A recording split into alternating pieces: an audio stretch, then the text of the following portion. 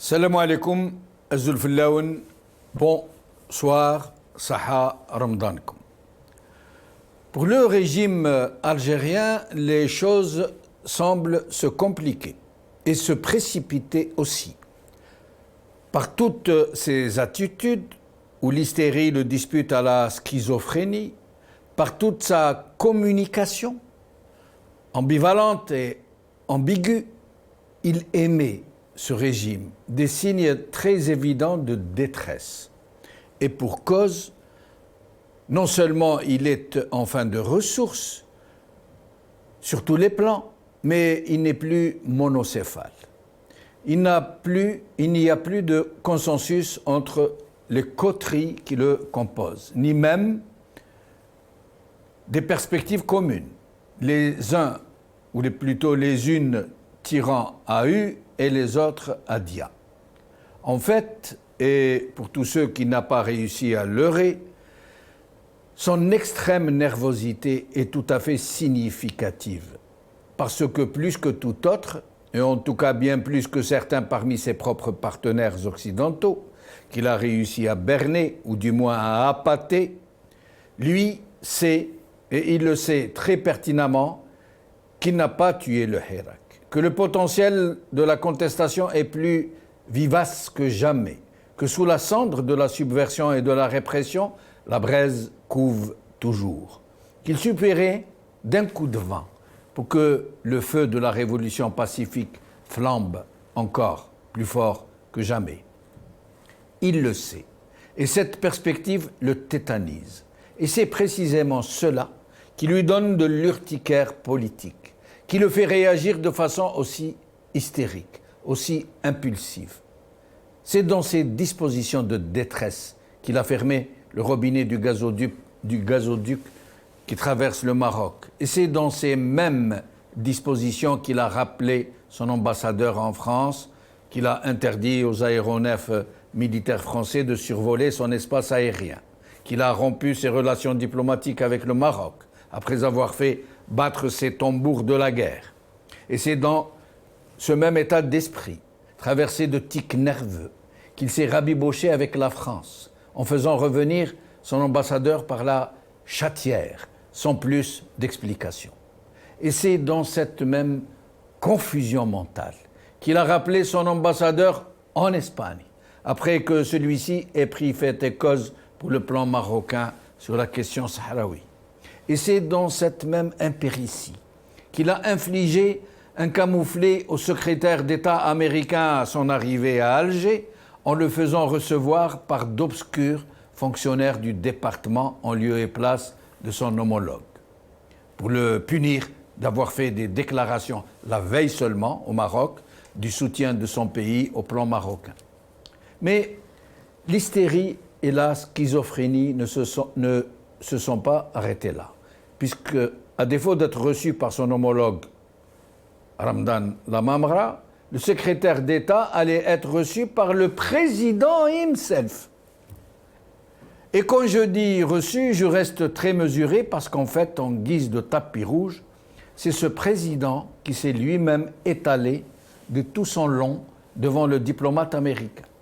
Une véritable prestation d'allégeance, de vassal à suzerain.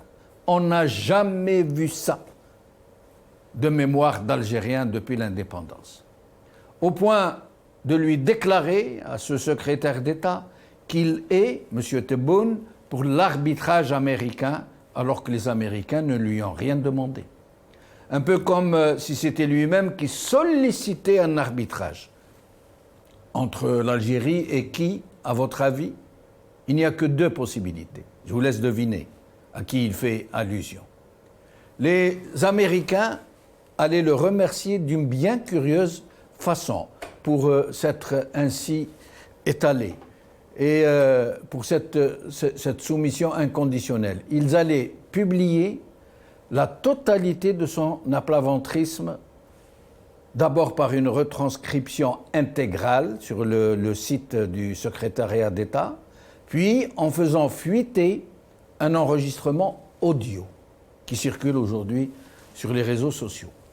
Ce qui ne fait aucun doute et que Tebboune était sûr que l'enregistrement n'allait pas être diffusé, puisqu'il ne se serait jamais humilié ainsi et il n'aurait pas porté ainsi atteinte à des pays voisins, à des politiciens de ces pays dont il a déclaré au secrétaire d'État qu'ils ne représentent qu'eux-mêmes. La question se pose, pourquoi les Américains ont-ils diffusé cet enregistrement qui aurait pu être fatal pour Tebboune si la presse algérienne l'avait relayé sérieusement? Mais il n'y a pas que cela. Jusqu'à présent, le régime algérien a réussi à sauvegarder une certaine neutralité dans la question ukrainienne. Mais ne voilà-t-il pas que le ministre algérien des Affaires étrangères s'envole pour la Russie où il rencontre son homologue russe? Et qu'est-ce qui ressort de cette rencontre? Deux choses, tout aussi explosives l'une que l'autre. La première est l'annonce d'une manœuvre militaire algéro-russe en novembre prochain à Hamaguer, entre Tindouf et Abadla, c'est-à-dire à la frontière avec le Maroc. Un message politique de haute portée qui augure d'une démarcation de l'Algérie dans la question ukrainienne. Et les Russes semblent avoir mis du leur en acceptant que les exercices se passent à la frontière algéro-marocaine.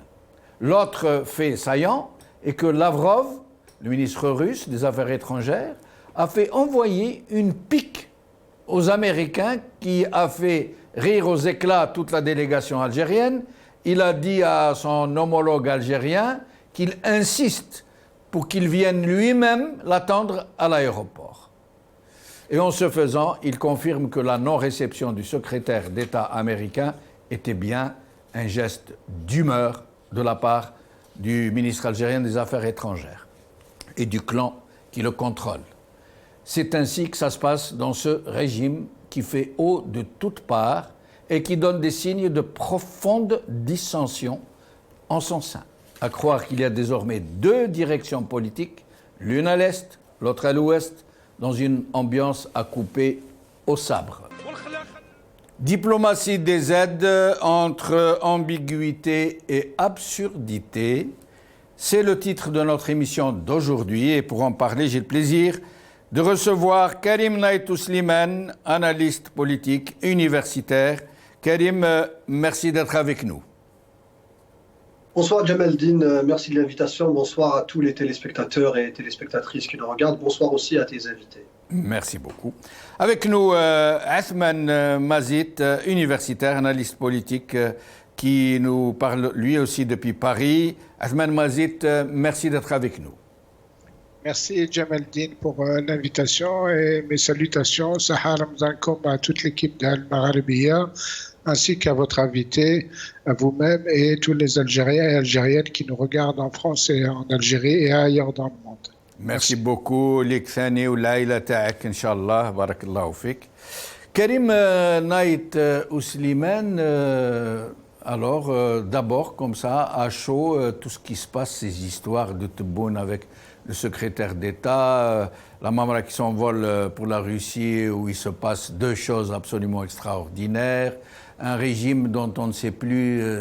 On a l'impression qu'il y a deux Algéries, qu'il y a l'Algérie de Tebboune qui parle des Américains et qui s'étale devant les Américains, et la Mamra qui semble appartenir à notre clan, qui semble mener une toute autre politique. D'après vous, Karim, qu'est-ce qui se passe ? Je pense que le régime se trouve dans une situation vraiment difficile parce que déjà le monde actuellement est difficile. Donc le monde entier est en crise à cause de la crise ukrainienne. Et donc déjà pour les pays puissants, les pays stables, déjà ont des difficultés à se positionner, à se trouver une direction à suivre. On voit bien tous les débats qui sont soulevés maintenant ici en Europe, par exemple, sur le soutien des pays européens à l'Ukraine et ses conséquences, notamment notamment économiques. Mais alors là, pour des pays un petit peu fragiles comme l'Algérie, avec un système que le Hirak a très fortement fragilisé, là, on voit très bien qu'ils ont tout simplement perdu la boussole et il y a une cacophonie, en tout cas visible pour tout le monde. C'est comme si l'orchestre n'avait plus qu'un seul maestro et qu'il y a plusieurs commandants à bord. Donc voilà, on voit qu'il y a un désaccord, il y a une contradiction qui est très très visible, on la sent très bien. Ça va être très très difficile pour eux de faire pour le régime de faire ce grand écart, c'est-à-dire en ce moment où la situation géopolitique internationale est clivée et nécessite aussi des prises de position vraiment claires. On voit que le régime peine à se positionner, ce qui est dangereux dans sa position, et c'est là qu'il met en péril les intérêts stratégiques de l'Algérie. C'est que très visiblement, après les annonces des manœuvres qu'ils vont faire avec la Russie, je pense que ça pourrait avoir des conséquences très néfastes pour l'Algérie, parce que dans la crise actuelle, comme je l'ai dit, où les grandes puissances ont déjà du mal à se positionner, je pense que pour les pays comme l'Algérie, le mieux c'est de maintenir notre ligne historique, c'est-à-dire de non-alignement. Hein. Oui, mais Karim, là, il y a deux possibilités qui s'offrent aujourd'hui à la lecture politique. Soit on pourrait penser peut-être qu'ils soient dans une sorte de partage des tâches, les uns faisant des bousboussades aux Américains et les autres aux Russes, les uns ménageant ce camp, par exemple un Tebboune qui reçoit le secrétaire d'État, qui s'étale devant lui, qui lui parle d'arbitrage américain, d'Algérie qui est de la même veine démocratique que les Américains, et de l'autre la Mamara qui part en Russie, qui décide avec Lavrov de manœuvres militaires. C'est un geste politique. Les manœuvres militaires, c'est un grand message politique. Ce ne sont pas des exercices techniques. À la frontière marocaine, peut-être que c'est un partage des tâches à défaut à moins qu'il soit réellement le régime algérien, qu'il soit réellement dans la division les uns contre les autres, les uns allant à gauche et les autres à droite. Moi, je pense qu'ils sont dans la division parce que ce partage des tâches n'existe pas au niveau diplomatique. Vous savez très bien que si, par exemple, cette manœuvre aura lieu, vous savez très bien que les États-Unis vont prendre fait et acte de cet événement, surtout en ce moment, parce que comme le monde est peut-être à l'orée d'une troisième guerre mondiale. Le mieux, normalement, dans cette période, c'est, comme je l'ai dit, c'est de garder notre ligne historique de non-alignement. Je veux dire que actuellement, mieux vaut passer inaperçu. Nous n'avons pas les moyens. Il est clair que le régime n'a pas les moyens de faire face aux pressions américaines et encore moins aussi aux pressions russes qui le fournissent en armes. Et aussi en blé, autre chose aussi. Donc c'est très difficile. Et je pense que dans cette situation difficile, comme le régime est fragilisé de l'intérieur, parce qu'il ne faut pas oublier ça, c'est un régime qui ne peut pas actuellement faire appel au peuple algérien, qui ne peut pas s'adosser, s'appuyer sur une position, sur une union sacrée. Hein, une union sacrée nationale, et donc il est en train d'essayer de faire ce grand écart qui pour moi est impossible, est intenable. C'est une position qui à moyen terme, à court terme et à moyen terme, cette position vraiment est intenable. Et nous allons l'apprendre avec le temps. Je pense que surtout s'il continue avec cette ligne avec la Russie, je pense que les États-Unis et ses alliés se feront bientôt entendre.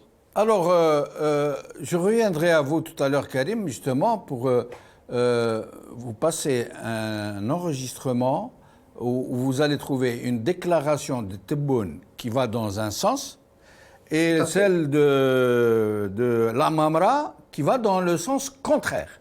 Et ils parlent tous les deux des mercenaires russes. Vous allez entendre ce que dit l'un et ce que dit l'autre.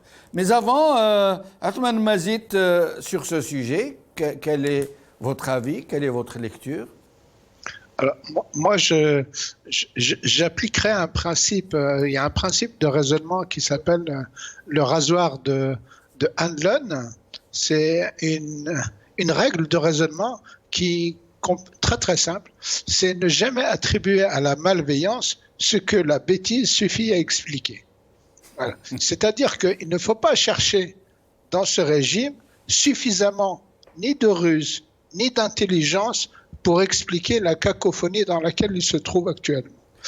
Pardon de vous interrompre. Vous êtes en train de nous dire qu'il n'y a ni stratégie, ni affrontement de clans. C'est juste de la bêtise, de l'impéritie. Ils ne savent pas ce qu'ils font. C'est de la fuite en avant. Ils font n'importe quoi. C'est bien ça. Eh bien, écoutez, je vous répète cette règle. Ne jamais attribuer à la malveillance ce que la bêtise suffit à expliquer. Est-ce que la situation actuelle ne s'explique pas? La bêtise ne suffit pas à expliquer la situation dans laquelle il se trouve. Quand on a entendu Tebboune, moi j'ai écouté toute son intervention de plus de 20 minutes où c'était vraiment une incontinence verbale. Il saute du coq à l'âne, de l'Est à l'Ouest, du Maroc à Israël, de l'Algérie au contexte international, une logorée sans queue ni tête, avec son obséquieuse, avec nous les Américains, etc., comme vous l'avez si bien rappelé, cette obséquiosité avec les Américains qui ne servait à rien. Il a parlé pendant plus de 20 minutes sans que cette personne, cet invité, n'ait pu placer un seul mot. Il l'a remercié à la fin pour son exposé, mais c'est tout ce qu'il a pu dire. Il n'a rien pu dire. Donc quelqu'un qui fait un voyage, parce que son emploi du temps est quand même le temps qu'il accorde est précieux. Pour ces gens-là, il a de l'importance. Il était au Moyen-Orient en Israël. Il a fait 2 jours au Maroc avec son homologue marocain et il est arrivé en Algérie pour vraiment écouter quelqu'un qui ne sait même pas quoi dire, qui est occupé parce qu'il n'avait rien à dire. Il a bavardé pendant plus de 20 minutes. Et sans même laisser à son interlocuteur l'occasion de s'exprimer, d'échanger. Ces gens-là, ils viennent pour échanger, pour discuter, aborder des sujets d'actualité, voir des points de vue, comparer, confronter des points de vue. Quand il lui parle de sujets, mais cette personne, Monsieur Blinken, il a une ambassade. Il a une ambassade qui est en Algérie, qui l'informe. Il n'est pas venu comme ça, les mains dans ses poches. Il est arrivé sans aucune connaissance de l'Algérie. Tout ce que a dit M. Tebboune, c'était des banalités. Mais banalité, Ahmed Mazid, quand il a dit que l'Algérie est en mesure de produire 30 millions de tonnes de blé, alors qu'en ce moment, elle n'en produit que 4,5. Vous imaginez un peu la différence? Sachant que l'Algérie est au 4/5e, un pays désertique, avec une pluviométrie très aléatoire. Et il dit pouvoir produire un peu plus que la moitié des États-Unis d'Amérique. Oui, il a dit qu'il avait besoin. Comme vous le dites, l'ambassade américaine sait très bien les capacités de l'Algérie. Comment a-t-il pu oser une telle outrance, un tel mensonge? Comment a-t-il osé? C'est remplir un espace, voilà. Il a eu l'occasion on lui a demandé de parler, donc il a parlé pendant plus de 20 minutes, sans aucune, la moindre des courtoisies, c'est de laisser son interlocuteur s'exprimer, c'est de lui demander son avis, c'est de solliciter une discussion. Mais c'était un compte rendu. C'était un compte rendu, Ahmed Mazid. Il était là, doigt sur la couture du pantalon, à faire son compte-rendu au suzerain. C'était le vassal qui s'exprimait. Mais il était complètement fallacieux, ce compte-rendu. D'autant plus que la personne à qui il s'adressait est tout à fait au courant du moindre détail de la situation algérienne. Il ne parle pas à un ignorant. Mais voilà, ce sont des gens qui ont l'habitude de rencontrer des journalistes, comme les conférences de presse qu'il a l'habitude de tenir, où il se lâche, où il parle de tout et de n'importe quoi, en faisant en ne les citant. Au moins, cette fois-ci, il a eu quand même la politesse de citer, d'appeler les voisins par leur nom, les appeler les Marocains, voilà, le royaume du Maroc, il a appelé le royaume du Maroc, ce que dans les conférences de presse en Algérie, on l'a jamais entendu dire, il l'a jamais cité, moi je l'ai pas entendu en tout cas, appeler notre voisin de l'Ouest le royaume du Maroc. Il les appelle Hadou. Exactement, voilà. Pour cette fois, il les a nommés. Et je rappelle au passage, Atman Mazid, que dans les 30 millions de blé qu'il compte produire, parmi les pays vers lesquels il va exporter, il a cité le Maroc. Il a dit nous allons envoyer en Égypte, ceci, cela. Et au Maroc, qui a la même configuration territoriale, la même pluviométrie, avec l'océan Atlantique en plus, néanmoins. Ouais. Une meilleure pluviométrie. Une meilleure pluviométrie puisqu'il y a l'océan Atlantique de l'autre côté. Oui, ils ont une meilleure pluviométrie, des capacités, un potentiel agricole nettement supérieur, je pense, à celui de l'Algérie, puisqu'ils ont investi énormément dans l'agriculture. Peut-être pas le potentiel, je ne suis pas d'accord avec vous. Le potentiel algérien est bien plus important, mais la faisabilité, la compétence et la rentabilité, oui.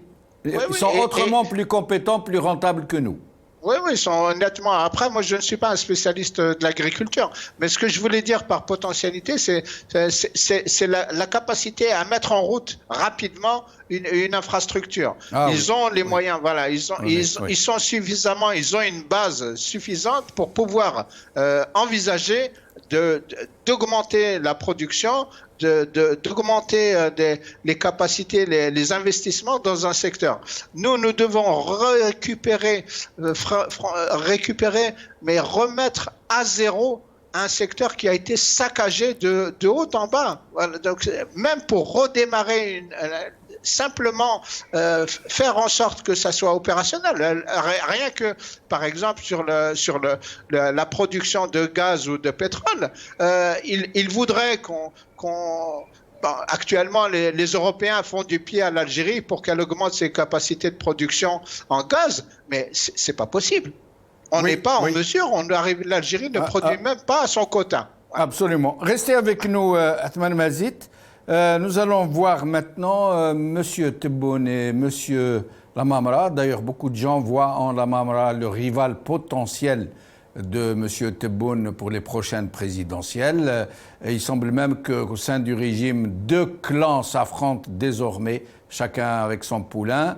Et il semble que le poulain Lamamra n'ait plus peur d'affronter les choses en face. Il semble du moins.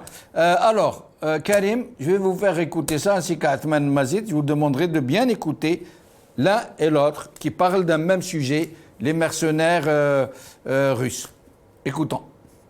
Il n'y a pas d'opposition de votre part, en tout cas, à acheminer des troupes et du matériel russe et donc éventuellement des mercenaires vers le Sahel. Je ne suis pas sûr que la qualification de mercenaire soit consensuelle. Il y a d'autres points de vue pour décrire les personnels en question. Je ne dis pas que je préfère tel ou tel point de vue, mais en répondant à votre question qui porte ce nom, je ne voudrais pas que l'on comprenne que moi je le reprends à mon compte. D'autant plus que le gouvernement malien dit qu'il ne s'agit pas de cela. Le gouvernement russe non plus. Nous sommes contre la présence de tous les mercenaires, de quel bord qu'ils soient. On n'accepte pas de mercenaires à nos frontières. Alors, Karim, les deux parlent de Wagner, hein, tout le monde l'aura compris, la fameuse armée privée russe, hein, comme celle de Blackwater américaine qui agit dans les pays du Golfe, par exemple en Irak, entre autres. Et alors, Lamamra, qui semble être l'homme des Russes, qui dit « Pourquoi vous les appelez mercenaires ?» En tout cas, moi, je ne les appelle pas mercenaires.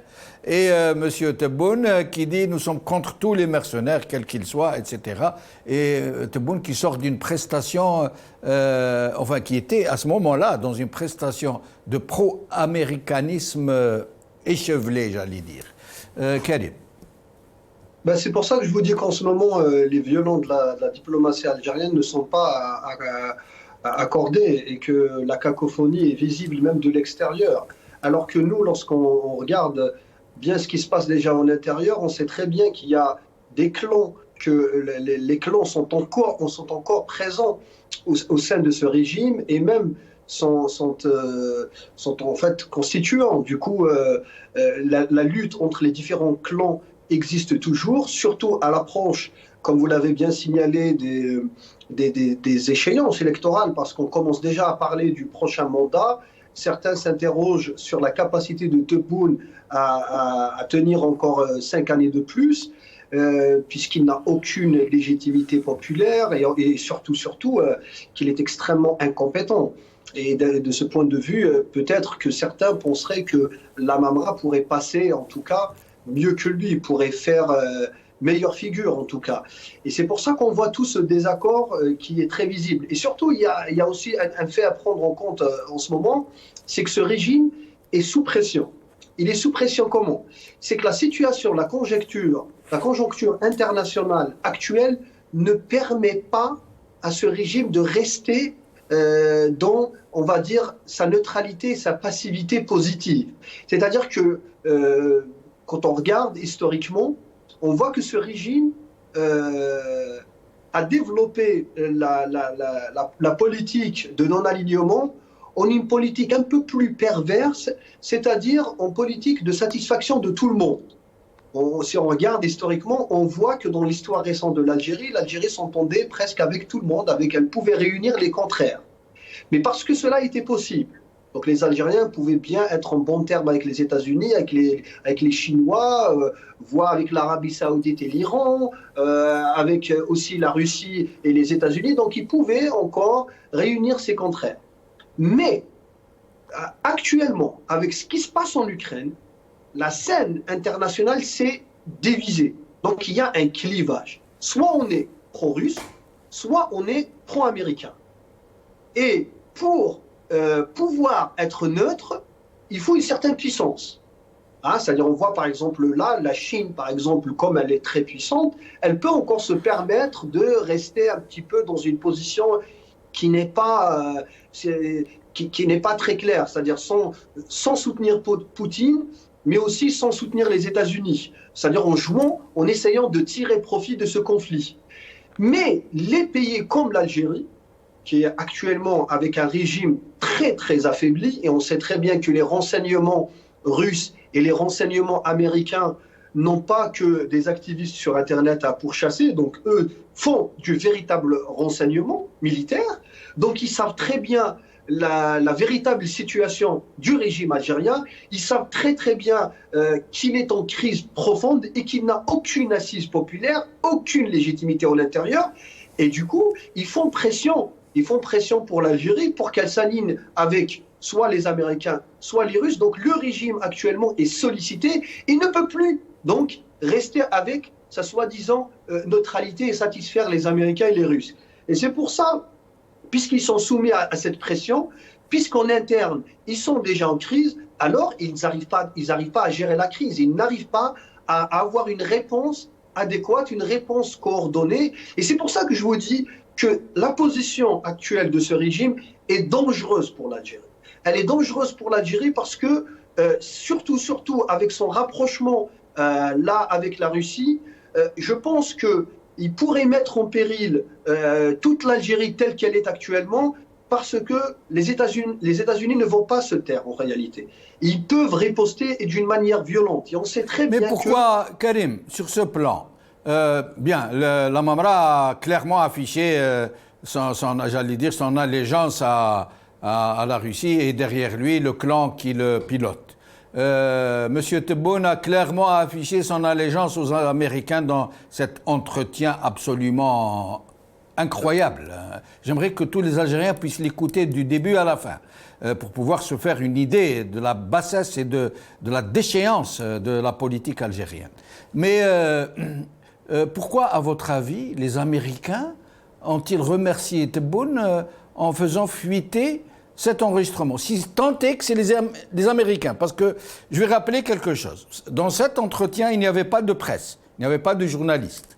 Il y avait des gens qui faisaient des enregistrements. Il y avait une dame américaine, je crois qu'elle est de l'ambassade, qui enregistrait tout près de Tebboune. Et il y avait des fonctionnaires algériens qui enregistraient aussi. Mais ce sont des enregistrements destinés à un usage j'allais dire, officielle et privée, à l'intérieur de l'État, des deux États. Donc Tebboune, quand il s'adressait à son hôte, je présume qu'il pensait que ça n'allait pas être diffusé. Et donc c'est sorti. C'est sorti d'abord en retranscription écrite, puis en audio, en enregistrement audio. Alors, à moins que ce ne soit des fonctionnaires algériens qui aient fait fuiter, pourquoi les Américains l'auraient-ils fait si tant est que c'est eux qui l'ont diffusé? Je pense que les Américains n'ont pas diffusé l'audio, ils ont diffusé uniquement la transcription. Et peut-être justement que l'audio a été diffusé par la suite, aurait été diffusé parce qu'on ne dispose pas des informations réelles. Mais pour rester dans notre analyse, il pourrait tout simplement, il aurait été diffusé par des fonctionnaires algériens de l'autre clan qui est contre Tebboune, pour l'affaiblir encore, parce que franchement, cet entretien, ça reste quand même un cas d'école de la soumission, hein, de la soumission et de l'absence totale de la légitimité de ce régime, et puis aussi de l'effondrement, malheureusement, de la diplomatie algérienne et de la place de l'Algérie dans le concert des nations. C'est-à-dire, ça se voit que il rapportait d'une manière mais absolument mesquine ce qui se passait. Il faisait, franchement, c'est insoutenable. Personnellement, je n'ai pas pu l'écouter intégralement parce que je me sentais vraiment très mal. Je me sentais mal pour mon pays que ce soi-disant président... et c'est lui qui a parlé de Khabardjia, hein, je rappelle ça. C'est lui qui a parlé de Khabardjia à propos de Dararni à l'époque et de d'autres journalistes et militants. Et là, lui, on le voit vraiment dans une position de Khabardji, c'est-à-dire où il parle, il fait un compte-rendu de la politique algérienne comme un élève qui parle à son maître. Et donc, cet enregistrement aurait été diffusé tout simplement pour l'affaiblir et pour casser encore mais son si image. c'est le cas, Karim, si c'est à ce niveau-là, des fonctionnaires algériens ou des services algériens à ce niveau-là, aussi proches de la présidence, font fuiter un document pareil, et je recommande vivement à tous nos téléspectateurs de se le procurer et de l'écouter pour se faire une idée, c'est que c'est grave, gravement grave. Restez avec nous, Karim. Je vais demander à Athman Mazid ce qu'il pense donc de ces déclarations tout à fait opposées l'une à l'autre, celle de Tebboune qui parle de mercenaires, qui les nomme comme ça, et qui dit qu'il est contre la présence de ces mercenaires donc de Russes. Et de l'autre côté, M. Lamamara qui refuse de les nommer mercenaires et qui dit c'est personnel, nous ne pouvons pas leur donner, en tout cas pas moi du moins. Qu'est-ce que vous en pensez, Athman Mazid? L'Algérie, je rejoins l'analyse qu'a fait notre frère Karim. Oui, et tout à fait. L'Algérie a perdu depuis plusieurs années, depuis même avant Bouteflika, sa stature de pays comme elle s'appelait. D'ailleurs, c'est pas nous qui avons choisi ce superlatif, ce surnom, la Mecque des révolutionnaires. C'est pas nous qui l'avons. On ne s'est pas appelé comme ça. On nous a appelé comme ça parce que vraiment l'Algérie était un pivot dans toutes les luttes, dans tous les révolutionnaires du monde se retrouvaient à Alger parce que Alger avait une stature de pays. Ils avaient une représentation diplomatique avec des gens comme Mohamed Sadiq Ben Yahya qui a réussi, qui entré quand même, qui est mort malheureusement dans un accident d'avion, mais qui cherchait à régler le problème Iran-Irak. Voilà, l'Algérie avait une place. Elle était écoutée parce qu'il y avait des gens qui avaient des convictions, parce qu'il y avait des gens qui avaient une conception de la patrie, une conception du monde, un projet pour l'Algérie, pour qu'elle se positionne. Voilà. Après, c'était pas parfait. Il y avait c'était le règne de Boumedienne, mais il y avait quand même des gens qui espéraient que l'Algérie tienne une place dans le monde. Peut-être qu'ils ont échoué, beaucoup ont échoué. Aujourd'hui, ce n'est plus le cas. Quand vous voyez, par exemple, des gens comme Jarrad et le ministre de la Justice nommé ambassadeur, que vont-ils apporter ces gens-là, que vont-ils apporter à l'Algérie? Quand vous voyez des gens comme l'Amamra, qui est aussi, quand on le voit avec Macron, bras dessus, bras dessous, le bras sur la taille des uns des autres, on se demande, mais où, dans quel monde nous emmène-t-il? Où nous emmène-t-il ces gens-là? Quant à la fuite, moi je pense que on est en train de débrancher Tebboune.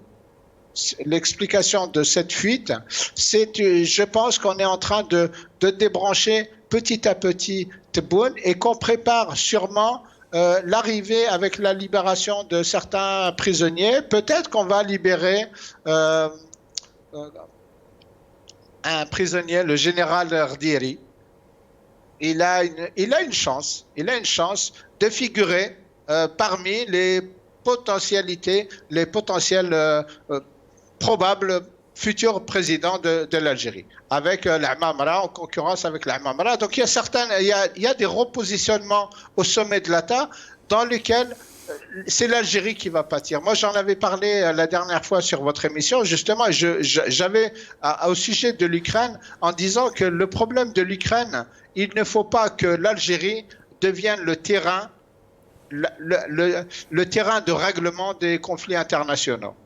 L'Algérie ne doit pas servir de terrain de règlement que les puissances, les Russes et les Américains viennent en Algérie régler leurs différends. Ce n'est pas, il faut être très prudent, très vigilant là-dessus, à ce que l'Algérie ne devienne pas leur champ, leur lieu de confrontation. Là, et ces gens-là, ceux-là ne se préoccupent pas de savoir si l'Algérie, parce que, comme disent les Africains, quand les éléphants se disputent, c'est l'herbe qui est piétinée. Voilà. Donc, si les Américains et les Russes s'affrontent en Algérie, d'une manière ou d'une autre, c'est nous qui allons en pâtir, c'est l'Algérie qui va en pâtir. Et il ne faut jamais oublier que l'Algérie actuellement, le Maroc avec l'installation d'Israël à la frontière algérienne, c'est pas quelque chose d'anodin non plus. Nous devons être très vigilants sur ces choses-là, en sachant que les Marocains ne sont pas nos ennemis. Ça, il faut tout le temps le rappeler.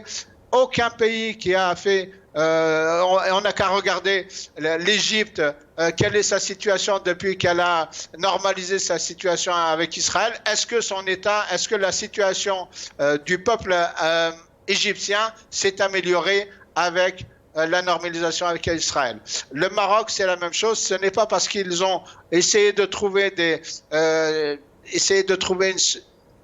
un appui, parce que l'Algérie vraiment, avec sa politique étrangère régionale, cacophonique, sans aucune direction. Voilà. Il y en a rien que sur quelques voisins. On a 5 voisins. En Libye, il y en a un qui appelle des intervenants en Libye, qui les appelle des mercenaires, et un autre qui les appelle des combattants ou une société. C'est la même chose au Mali. Au Mali, en Libye, c'est la même chose. Tebboune, il parle de l'opération Barkhane comme étant une opération qui a sauvé le régime de Bamako. C'est pas tout à fait l'opinion des Maliens aujourd'hui. Voilà. Très bien. Les Maliens aujourd'hui reviennent sur ce que Tebboune pense être un sauvetage du Mali. Alors, je me permets de vous interrompre. Je vais vous demander de faire des tours de micro un peu plus dynamiques pour pouvoir aborder 2 ou 3 autres questions. J'aimerais vous faire entendre d'abord M. Lavrov, qui recevait Lavrov et sa délégation, qui recevait l'Amamra et sa délégation, et là où il nous prouve, où il démontre que la non-réception du secrétaire d'État par l'Amamra était délibérée et que c'était un geste d'humeur pour le punir d'avoir fait une déclaration pro-marocaine à Rabat la veille seulement. Écoutez M. Lavrov. يوجد وفد جزائري متكون من كبار الدبلوماسيين للترحيب بالوزير الأمريكي. المتحدث الرسمي باسم وزارة الخارجية نيد برايس والعديد من كبار الدبلوماسيين الأمريكيين يسافرون على نفس الطائرة مع وزير الخارجية بلينكن. We were looking forward to our visit to your country Still open. Still open. I'm going to insist that you receive me. Sooner the better. At your earliest. Alors, Karim, d'abord, sur ces manœuvres annoncées, manœuvres conjointes algéro-russes annoncées à la frontière sud-ouest pour le mois de novembre, annoncées maintenant, alors qu'ils auraient pu, à la limite, novembre c'est encore loin, ils auraient pu attendre. Non, ils ont préféré les annoncer maintenant, juste après la réception du secrétaire d'État américain par Tebboune. Quelle lecture? J'aimerais que vous fassiez un tour de micro de 2 minutes à peu près, si vous le pouvez. Merci. Je vais en parler en tant qu'événement politique, hein, d'un point de vue politique, parce que, comme vous le savez, je ne suis pas un expert en ces matières stratégie militaire, et donc, mais je pense que politiquement, l'annonce de ces manœuvres en ce moment, à un moment où la Russie est engagée en guerre en Ukraine, et où l'Ukraine qui est soutenue par tout le bloc occidental, et je fais exprès d'utiliser le terme de bloc occidental parce que le conflit ukrainien, c'est une version, on va dire, remasterisée de la guerre froide, qui n'est plus d'ailleurs aussi froide et qui pourrait à tout moment connaître une escalade qui déboucherait sur un troisième conflit mondial. Et donc, dans ce climat extrêmement délétère, annoncer des manœuvres militaires avec la Russie et en plus aux frontières marocaines, je pense que on aurait pu se passer de cette opération, ne serait-ce que pour le moment. Et je pense que le danger est dans le fait que l'Algérie pourrait devenir le jouet de ces puissances ou l'outil et le terrain de confrontation de ces puissances, ce qui pourrait réellement nuire à nos intérêts, voire aussi à l'intégrité de notre territoire, parce que, comme je vous l'ai dit,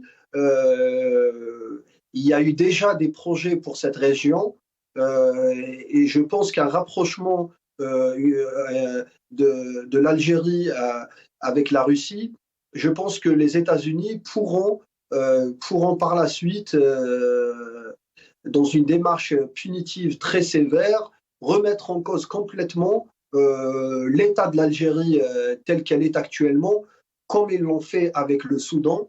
Et d'ailleurs, c'est une question qui a été évoquée depuis très longtemps. Et c'est pour ça que le conflit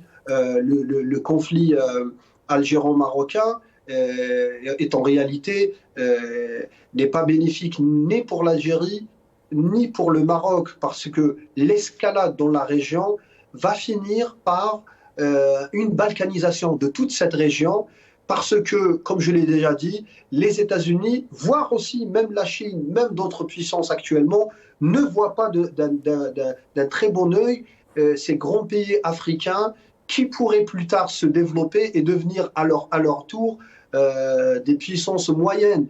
Et donc, ils vont travailler à les déviser. Et je pense qu'il ne faut pas justement donner de chance, ouvrir des portes, faire des appels de pied pour attirer des conflits sur notre territoire, surtout des conflits dans lesquels nous n'avons en réalité aucun intérêt. Ahmed Mazid, avant de vous donner la parole, écoutons ça. Bien sûr, l'arbitrage des États-Unis d'Amérique dans tous les conflits internationaux, dans toutes les... Nous sommes pour. Nous sommes, vous savez, peut-être nous sommes des rêveurs, peut-être, mais on rêve d'un monde plus équilibré, d'un monde où la liberté est mieux défendue, d'un monde où...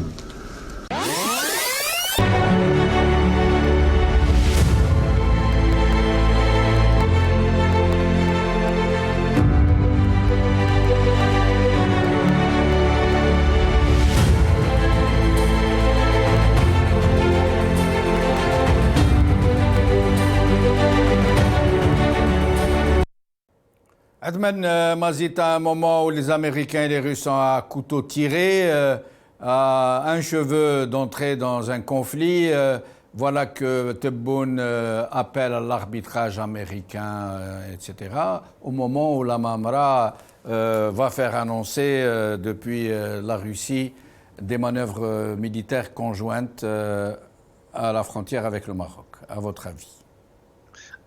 Tout d'abord, il y a quelques mois, le Djish avait fait état de manœuvres et d'entraînement de troupes algériennes en Russie. Donc, le fait d'une coopération avec les forces, l'armée russe, ce n'est pas une nouveauté pour les Algériens. Il y a souvent, très souvent, le Djish relate souvent des groupes qui ont été s'entraîner en Russie et programmer des opérations militaires à la frontière marocaine. Je pense que c'est une réponse ou c'est un avertissement aux Marocains, au pouvoir marocain. Bon, c'est pas très approprié, franchement. L'Algérie est toujours dans une surenchère. Nous n'avons aucun intérêt à alimenter des conflits avec nos voisins. Il y a suffisamment de tensions internationales sans que nous ayons, nous, à en créer à nos frontières. La solution face à toutes ces menaces, c'est l'unité du peuple dans sa silmiya. Parce que pour l'instant, le seul rempart contre toutes les manœuvres de déstabilisation de l'Algérie, toutes les manœuvres de fractionnement, de guerre, de division de l'Algérie, c'est le Silmiya, c'est le Hirak Silmi, et c'est lui qui va sauver l'Algérie, ou c'est lui qui assistera si nous laissons ces individus complètement hors sujet, hors terrain, sans aucune perspective, sans aucune vision, Ils n'ont rien.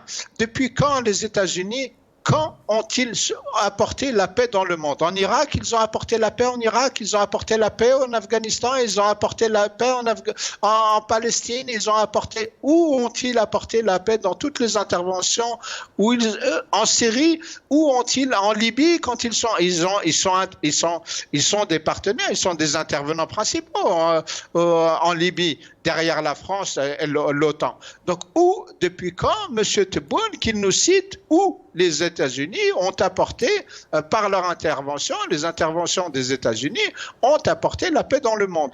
Donc, la solution, nous ne l'attendons pas non plus. Ça ne veut pas dire que moi, j'attends que les Russes nous apportent la paix ou nous aident à avoir la paix. Non, la paix, nous l'aurons par nous-mêmes. Très bien. Je me permets de vous interrompre, Ahmed Mazid. Nous arrivons à la fin de l'émission et il reste un dernier tour de micro. Vous aurez droit à chacun à 1 minute pour le mot de la fin. Mais avant, je vous laisse écouter ce que vient de déclarer un prisonnier qui a été libéré parmi les 52 prisonniers élargis, prisonniers politiques et détenus d'opinion. Écoutez-le bien, puis je vous donnerai la parole pour le mot de la fin. السلام عليكم خوتي الزول ولا نزول معكم خوكم بشير من ولاية معسكر بلدية سيق. الحمد لله اللي تم إطلاق سراحي من السجن ونشكر كاع خوتنا اللي تضامنوا معايا اللي في الداخل وفي الخارج. والحاجة اللي باغي نقولها لكم والله ما راني حابس ودولة مدنية ماشي عسكرية. المهم شابين نوصيكم خوتنا الأحرار وقفوا كاع مع خوتنا الأحرار اللي راهم في السجناء الراي وان شاء الله الله يطلق كاع سراح خوتنا السجناء الراي. والحاجه اللي باغي نقولها لكم والله ما راني حابس انا الرز ولا نكنو صحه فطوركم. Karim Naïtou Slimane, le mot de la fin. Franchement, je salue le courage et la détermination bien algérienne de ce compatriote dont je suis vraiment fier. Mais écoutez, le mot de la fin, c'est que j'espère que ceux qui tiennent actuellement l'Algérie, quel que soit leur clan, reviennent quand même à la sagesse et mettent en avant l'intérêt national avant leur propre intérêt. C'est un contexte international extrêmement compliqué, complexe et difficile. Et la seule solution, actuellement, c'est de se replier sur la nation, sur le peuple, de faire la paix, la véritable réconciliation avec le peuple algérien pour pouvoir ensuite affronter les défis à l'extérieur. Merci Karim. Athman Mazit, le mot de la fin pour le coup. Merci beaucoup. Moi, je ne vois pas d'issue avec ce genre-là. Les gens qui sont responsables de l'impasse et dans laquelle se trouve l'Algérie ne peuvent pas faire partie de la solution. La solution pour l'Algérie, c'est leur départ complet. Ils doivent tous partir. كما قال الحراك علول يتنحاو كاع. يتنحاو كاع دولة مدنية ماشي عسكرية كما قالها comme l'a dit notre frère. Et moi, je lance un appel le 17 avril de Paris, place de la République à Nation, une marche en commémoration des événements du 20 avril 1981 en Algérie. Ce sont des événements d'envergure nationale avec des revendications socio-économiques. Ce n'était pas, comme souhaite l'étiqueter le pouvoir, une revendication régionaliste ou comme certains des groupes régionalistes, on va les appeler juste comme ça, qui revendiquent c'était une revendication nationale avec des revendications socio-économiques qui ont été parmi les éléments initiateurs de Hirak d'aujourd'hui. Le Hirak est la seule solution pour sauver l'Algérie, c'est le Hirak silmi, pacifique. C'est la seule solution pour que l'Algérie ne sombre pas et ne tombe pas entre les mains de ces puissances pour qu'elle soit déchiquetée et mise en pièces par ces puissances étrangères. Wassalamu alaikum, sahaftarkum à tous et à toutes et à très bientôt, Inch'Allah, dans le Hirak jusqu'à la victoire. Merci Athman Mazit, وعليكم السلام وصحة فطورك تهاني والعائلة تاعك الكريمة. كريم نايتو سليمان, merci beaucoup, صحة فطورك وإن شاء الله une autre fois. Merci à vous, chers amis, d'avoir suivi cette émission. صحة فطوركم وبقاو على خير.